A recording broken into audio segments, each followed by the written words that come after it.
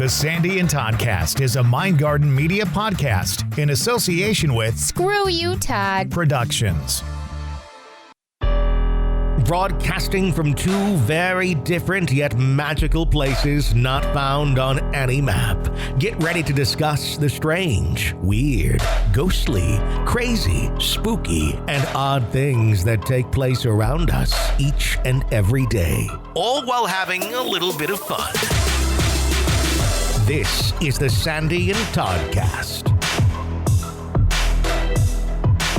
Well, it's another episode of the Sandy and Toddcast. This one is a bonus episode, and we are minus Todd this week. Where is he? Todd's being lazy. Todd, where are you? Todd, he's taken a few weeks off. He's been swamped with work, haven't we all? But he's really been swamped with work, and so we're taking 3 weeks off in between seasons this season. And so you and I are going to do one together, a little bonus episode, and talk about sort of, I don't know, Dave, some weird news and also... I love weird news. I know. It's one of the things that I actually do on the radio, weird news. Not necessarily from the paranormal side. It's just from the offbeat, weird, odd, strange, kind of goofy side. Well, and let's face it, the paranormal can be odd, strange, goofy, and all kinds of stuff, too. So they kind of tie in together. When I was on the air doing mornings, I remember I used to do weird news every single morning. Once an hour, I'd do a weird news story. People seem to love them. So I thought we would do sort of a weird, I don't know if it's weird news, but weird places that are haunted in the U.S. And then we talk about something that Todd and I have talked about a lot before, and I'd love to know your thought process on it. Something that makes both of us really irritated. So we'll get to that at the end of the episode. But let's kick it off. We found a few different countdowns to go through. I wouldn't necessarily call these weird, but maybe the word odd. A little outside of the ordinary, you know? And one thing that, as a matter of fact, I was just listening today talk about, walking back in time. I was listening to the 2 episodes of the Sandy and Toddcast that Todd and I did when you and me and Todd and Jason were all up in Door County last summer on vacation. And Todd and I did impromptu, in-person recordings of two of our episodes. And we talked a lot about the Kennet Island Lighthouse in the second episode and our love for lighthouses. And I mentioned how you and I, every time we go on vacation, where do we try to go if there is one? A lighthouse. The look of a lighthouse, the way it's just set up right by the water and there's nothing around it, is to me just fascinating. As a kind of an amateur photography buff, it's one of the best ways that you can get fantastic pictures. They're just so scenic and beautiful. And, of course, they had their very serious purpose back in the day. But now they're preserved as historic buildings. And because of all the technology we have today, they sort of take a second row seat to the technology of today. But some are still working and still being used. And they're all very much appreciated. And so anytime we go, from Maine to Florida to, anywhere we can go that has water near it with a lighthouse, that's you and I. We go to visit them. So beautiful landmarks. I was just looking on my Facebook memories from a year ago today. And, yep, there they were. Yeah. Some beautiful, beautiful pictures of the lighthouse. Just gorgeous. And so much history there. And, of course, that's what we all love, is the history of the lighthouses. And so I found Southern Living Magazine's top 7 haunted lighthouses in the U.S. Now, one thing that's really interesting in this article, and I don't know a lot of backstory on the article, but I'm assuming that because it's Southern Living, they're mostly talking about East Coast or Southeast Coast lighthouses. So I don't know if they can actually say that they are the most haunted ones in the whole U.S. There's no Oregon, there's no Washington, there's no California lighthouses, nothing like that. But they are pretty interesting ones. And we've actually been to a couple of these down in the Southeast. So I'm going to kick it off with the first one. Number 7 is the Georgetown Lighthouse in North Island, South Carolina. It's said that the ghost of a 7-year-old girl named Annie is a guardian angel to ships, warning of inclement weather. Doesn't that sound like your traditional lighthouse haunting? Especially since she's 7 years old. That's what kind of makes it odd. But as we've seen some of these lighthouses, the workers had a little house there.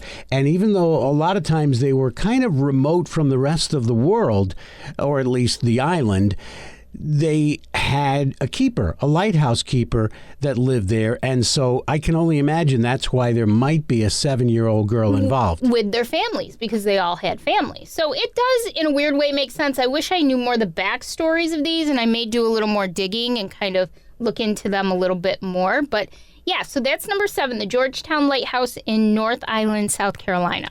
Youngsters. Number 6 is the Tybee Lighthouse, the Tybee Island Lighthouse. And more rumors. It's funny because each one seems to be along those lines, rumors. The reports of apparitions, sometimes dressed as lighthouse keepers, which again goes back to the 1800s for these. Some strange noises, nothing unusual, and a young girl warning off visitors. Yes. All the time, young girls. I'm sensing a pattern here. Some reason is, and believe it or not, we were just talking about this today. We obviously have been to Savannah, Georgia, a couple of times. In love with the city of Savannah. But we took a trip out to Tybee Island on our second visit, and I think we actually went to the Tybee Island Lighthouse, unless there's 2. But it was just kind of closed off to the public, closed for the day. And we didn't get to do much with it. It was sort of landlocked a little bit. It was kind of odd, back off the water a bit. But that may actually be the Tybee Island Lighthouse that we saw. So pretty cool. And now number 5 is, now we have been to Hilton Head, South Carolina. We actually got ice cream in Hilton Head, South Carolina. But we've never gone to the Hilton Head Rear Range Lighthouse. And that's on Hilton Head Island in South Carolina. Now, if you go, they say beware of the blue lady. Always blue. Ladies are always white or blue. And she is said to be the 21-year-old daughter of a former keeper who died of a heart attack during a storm. Interesting stuff. And again, female and young. And always wonder where these stories actually come from. I've learned through experience that usually there's like this little grain of truth, and then everything grows out of that little grain of truth into a huge field. Folklore. Yep. We ready for number 4? Yes. That's the Cape Romaine Lighthouse. That's also in South Carolina. This time, Lighthouse Island. That's a great name. Mm-hmm. Lighthouse Island, South Carolina. And more legend, a lighthouse keeper supposedly murdered his wife. Why, we don't know, and buried her on the property. Because, again, these were remote areas, and as we saw last year, they didn't even have phone service in many cases until like the 1920s. And so they were really remote. So I don't know, maybe he just kind of drove himself crazy, or she drove him crazy, or vice versa. And now they say for the Cape Romaine Lighthouse that you might hear footsteps as she climbs the stairs. Again, the female dominant, that's a 4 lot out of these. Females. 4 and out children. of these. Females and children. So coming in at number 3 is one that I think a lot of people are pretty aware of. It was just on a recent episode of Ghost Hunters. It's the Pensacola Lighthouse in Pensacola, Florida, which I think looks a little bit like our number 1 lighthouse that we'll get to in a few minutes. But the people at the Pensacola Lighthouse actually say to bring your own equipment, or you can borrow some right on site before That's you great. spend time with the 6 ghosts. 6 different ghosts are said to inhabit the property. They encourage you to do a little ghost hunting while you're there. Usually we hear one, we hear another, there's several stories, but you don't hear something like 6 ghosts 6 are inhabiting different ghosts. the property. Yep. Interesting. So we moved to Georgia, the St. Simon's Lighthouse in St. Simon's Island. That goes back to the Civil War when Confederate soldiers destroyed the lighthouse. It was a working lighthouse at the time. And today, one of 5 left in Georgia. And again, these generally are on the coast. Ships were coming in. It said that the ghost of another murdered keeper haunts the grounds, assuring smooth operation of the light. It makes me really sad to think that really there's only 5 lighthouses left in Georgia. 5. You know, that makes me sad to think that there's a lot less lighthouses left than there were many, many years ago. I wonder how many there were many years ago in the working days of the late 1800s, early 1900s, because there's a lot of them around now. Just in the case of the Cana Island Lighthouse, after we visited, I read a lot of the history, and I think there were like 3 lighthouses in almost the same vicinity. And one they took down so that they could build the Cana Island Lighthouse.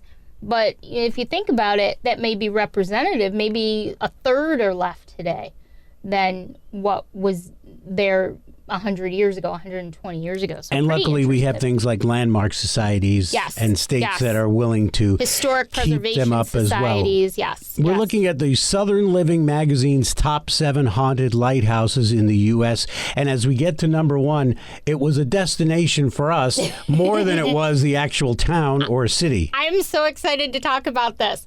The number 1 haunted lighthouse, and I will tell you right now, we know for a fact that this is not built of legend and lore. This is actually one that is truly built out of facts, recorded facts, and experiences that we were able to back up. It's the St. Augustine Lighthouse in St. Augustine, Florida.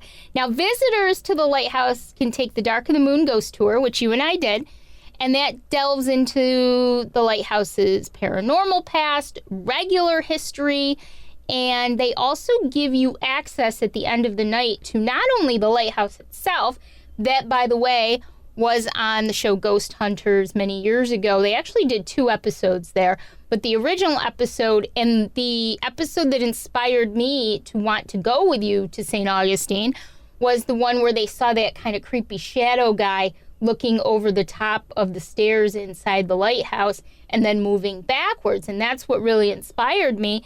It was one of our earliest ghost destinations, too. It was. And this was, I think, 2013 that we were in St. Augustine. And so we were very excited to take the Dark of the Moon ghost tour. Now, one caveat to that, one little warning to that is that not everybody who takes that tour is as serious about the paranormal as you and I were. They were more into the thrills, and they had kids with them, and it was kind of annoying. And so what you and I did, not only did they give you access to the lighthouse, but they gave you access to the keeper's cottage, which was just across from the lighthouse a little bit, maybe, 50 yards. And so while everybody who had watched Ghost Hunters, meaning 99.9% of the people on the tour, went into the lighthouse to scare all the ghosts off by screaming and yelling and moving around, you and I were the only 2 that chose to go into the keeper's cottage. And again, that can be said for pretty much anywhere that there's a tour. Because, but seriously, there's a lot of noise and a lot of people goofing around and not taking it seriously. And if you're going to go on a tour, you want that quiet. So you might be able to pick up on something, or if you had some kind of equipment with you, you might actually get something. Which you could have equipment with you on this tour, and we did have K2 meters, but I love tours. Don't get me wrong. I love ghost tours, but you have to go on a ghost tour without the expectation of seriousness. If you're going to go on a ghost tour, we've done ghost tours everywhere. We've done Gettysburg tours. We've done every state. New Orleans, we've done ghost tours. We've done all kinds, but they're really for entertainment purposes. And so if you're going to go on a tour, just expect that. But we were very fortunate because we were given about an hour to go into the keeper's cottage. And so we had our K2 meters with us, and we went into sort of the living room area. Now, it's important to say that it was under some renovations at that point in time, so there was no electricity anywhere in the keeper's cottage. So for anyone who might think, oh, wow, they must have picked up an electrical pulse somewhere in the house, there was nothing in the cottage. And it's a 2-story, it's not really a cottage, it's a 2-story house. It's beautiful. And we didn't go upstairs. You couldn't go upstairs because they were renovating, but we stayed in that living room area and had quite an interaction with what we believe to be one of the children. Another young female. Another young female said to have to haunt the property. Now, the backstory to this is actually well documented. The lighthouse in the beginning was much farther down towards the water than the current lighthouse, which is still old as dirt. But as the erosion started, they moved the lighthouse back to its present place. And what they were doing was, as they were building the new lighthouse, a lot of the men had their families with them. And so the keeper lived there, and he had a couple of daughters, and a couple of the workers had daughters, and they had that sort of like, I don't know what it's called, like a dolly, like a train track type thing that would go from the water to the lighthouse so that they could easily move supplies back and forth. And one day the girls were running around, and they hopped into the car that would carry the supplies, and it unlatched and went down and toppled over into the water. And at least one, I'm not sure, I can't remember the exact story, but at least one of the children drowned. I believe all three of them drowned, if I'm not mistaken, but at least one did. And so we had a K2, for lack of a better term, conversation with a little girl who was in there. And the interesting thing, if you remember, Dave, was that all of a sudden, there was no response. And I took the K2 and I moved a few feet over, and there was a response. So she was actually moving around the living room. Right, and if I remember, too, we went back a little bit later on and tried the same spot, and there was nothing. Nothing. Yeah, Nothing. It was very interesting. It's also probably my most favorite picture that I've gotten out of any lighthouses, because it was a pure blue sky, and there was some red, and it almost had this red, white, and bluish kind of look to it, and it was just so great. Yeah, so that is definitely the St. Augustine Lighthouse to me. If I can go back ever, I will definitely go back. It's just a beautiful historic location with obvious activity, and I can say without a doubt, I would consider that, of all the lighthouses you and I have been to, probably, without a doubt, the most haunted one that we've ever done. And St. Augustine was a great place to visit, too. Just beautiful. Beautiful. One of the oldest. Beautiful. The fort is from I want to say the fort is from the 1600s. We went to the fort there. Just beautiful. So, top 7, Southern Living's top 7 haunted lighthouses, I'm going to say on the East Coast, because they didn't include the West Coast. And we know there's plenty of stories for West Coast lighthouses. So now we're going to move on to Newsweek's top haunted campgrounds in the U.S. And some of this is for the you Westerners. Yeah. This one kind of takes you all over the U.S. And it's kind of funny because you and I have been camping for years and years and years. And the first 3 years that we were camping, we actually towed our camper all over the place. And we never really had any weird paranormal I don't think we even thought about it. And there when were we some saw weird people. Well, yeah, that would make it haunted. But we never really thought of campgrounds in the same realm as historic places, historic buildings. But if you think of it, a lot of them are in parks. A lot of them are very old. They're in the mountainous areas. And so there's a lot of old. One thing Todd and I talk about on a consistent basis is how the land holds energy. So the land any land that has seen trauma or, any kind of renovation or anything at all, your land is going to hold energy. So if you think about it, it doesn't really surprise me that we would encounter haunted campgrounds. I've just never thought about it. So we're going to talk about the top 4. So you want to kick off number 4? Bannock State Park in Montana goes back to the major gold discoveries of 1862. So the area was popular for mining. So anything that's got mining, you know that there's going to be some issues like deaths in the mine. And so it does go back to the 1860s. People traveled there, of course, in hopes of getting rich back to the 1800 gold rush. At one point, almost 5,000 people inhabited the town. That led to violence, some shootouts and hangings. The sheriff of the town at the time was Henry Plummer. Again, this is back in the 1860s.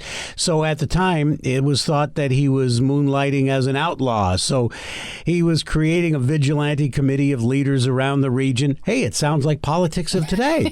So he wanted to stop the town's criminal activity. Sounds like he was part of his own criminal activity, but this group was responsible for the hanging of Plummer, among other potential criminals. So now we've got mining, we've got criminals, we've got a hanging, and some actually believe that plumber spirits haunt the campground.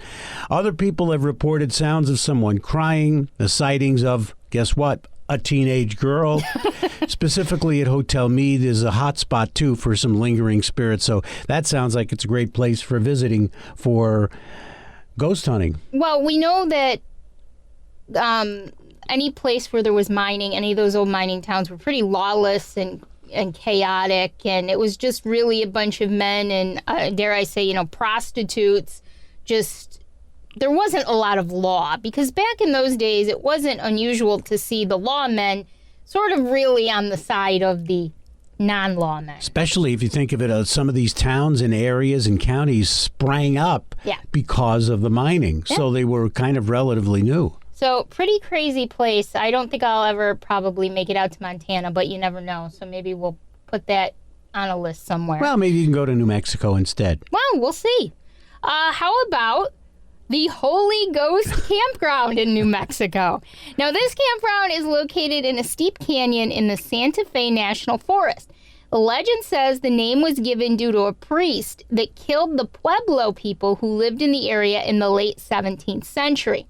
However, other people believe it was the Pueblo people who killed the priest in self-defense. Now, what the priest was doing to them that they would kill him in self-defense is apparently a whole other story, because they don't even talk about it. But to this day, the priest haunts the campground. Many people have experienced hearing chanting in the forest. I didn't know he was a monk, or maybe it was the Pueblo people. I'm not sure. Let's see, what else? They've seen shadows lurking in the trees, and this is great, disappearing state troopers. Oh. I'm sure there's plenty of people who wish some state troopers would disappear. In the 1600s, they had, I wonder if they were in uniform. State troopers. Wow. I don't know. The top haunted campgrounds in the U.S., according to Newsweek. We're at number 2. It's in California, Lake Morena County Park. It's outside of San Diego. I've heard nothing but great things about San Diego. I have been to California, but not San Diego. Well, we've talked about going to San Diego numerous times. So this is outside of San Diego, the most remote reservoir in the country. So while staying in the vast desert and mountain landscape, many have actually witnessed a man who could walk on air. Now that's different. Others have spotted a woman in a long white dress and have heard heavy footsteps in the area. I suppose if it is a remote area, hearing footsteps in the area wouldn't be that unusual, with the possibility of animals. As far as walking on air, that's a different story. I don't know. I'm a little iffy on number 2 there in California. But, well, you never know. Without being able to get out there and notice, experience it for ourselves, who knows? But that brings us all the way back to the East Coast to number 1, Braley Pond, Virginia. Now, at first, this camping site was used for fishing and hiking in the 1960s when it was constructed by the U.S. Forest Service. But it turned into one of America's most haunted campsites after many people believe an old gang murder began the creepy occurrences that many people experience while staying at the campground. People have been said to feel sick while staying there. They see strange things in the trees, and they have nightmares after staying there. And it's kind of unusual because it only, story-wise, goes back to the 60s. Now, like you said, you never know what's on the ground before that, because we talked about the New Mexico campground that goes to the 17th century, 1862 for the Montana one. This story only starts in the 60s, but does it? Well, and we all know, whether you're in New York State, whether you're in California, Virginia, we all know how much history is embedded. I mean, the indigenous people, like the Native Americans, lived there for hundreds of years before we even got here. And I respect the Native Americans immensely, and I respect the power that they bring into their surroundings and the land that they live on. And so it wouldn't surprise me to know that there may be that kind of Native American influence stamped into the land that could cause some of these occurrences that happen. Especially fascinating is that this one, the number 1 Braley Pond in Virginia, the story says that it turned into one of America's most haunted campsites. Right. So this doesn't really go back that far when you talk about folklore or hauntings. Now, on the skeptic side, you and I have been camping in some pretty foresty areas over the past several years, and we know that anything can come out there, and it may not be paranormal. You get all kinds of animals out there at night. You can see all kinds of weird things going on at night in the forest. So like we said earlier, a lot of times things start with a little tiny grain of truth, and then they kind of expand over the years, legends and lores. What a great place to be telling stories around the campfire than in a campground. Yep, especially when that booze comes out.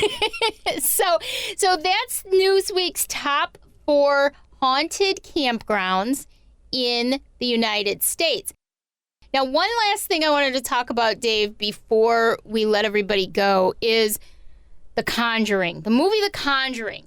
Now, Todd and I have talked about this several times before and how unhappy we are with the use of this home and the use of this land, because as people who appreciate the paranormal as much as we do and its power, the Conjuring movie was actually a fantastic movie. It was based on a true story of a house in Rhode Island.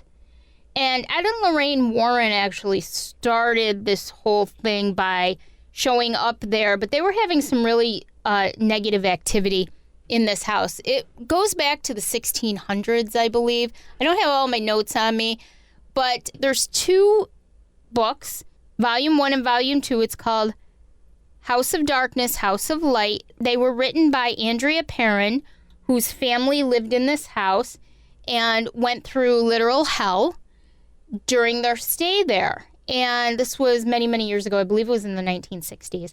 I believe everything in this story because it's right off the top of my head. But somebody bought the house a handful of years ago.